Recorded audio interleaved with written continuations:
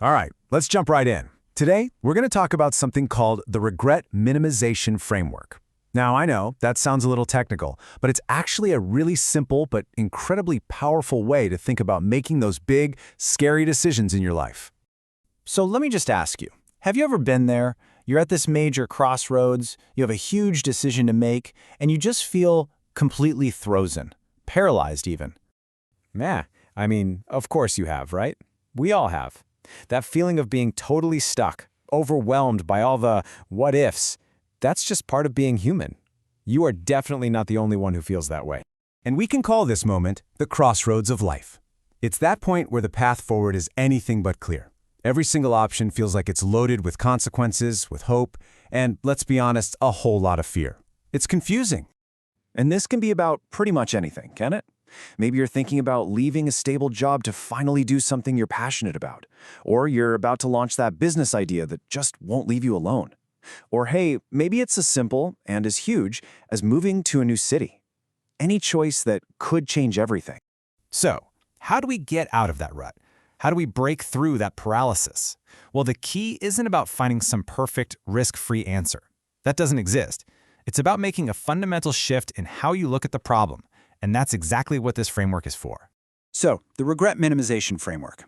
You know, this was famously used by Jeff Bezos back when he was deciding whether he should leave his good, safe Wall Street job to start, get this, an online bookstore. At its core, it's a mental model where you basically become a time traveler. You shoot yourself way into the future so you can look back at the decision you're facing right now. And the magic number for this little thought experiment is 80. The whole point is to picture yourself as an 80-year-old just kind of quietly reflecting on your life. And 80 isn't just some random number. It creates enough distance from today's problems to strip away all the short-term fears and the noise from what other people think. Now, what's really fascinating is the psychology this is all built on. See, there are two very different kinds of regret. You've got the regret from action. That's the sting you feel when you try something and it doesn't work out. But then there's the regret from inaction. And that's that deep, haunting feeling of wondering, what if, for the rest of your life?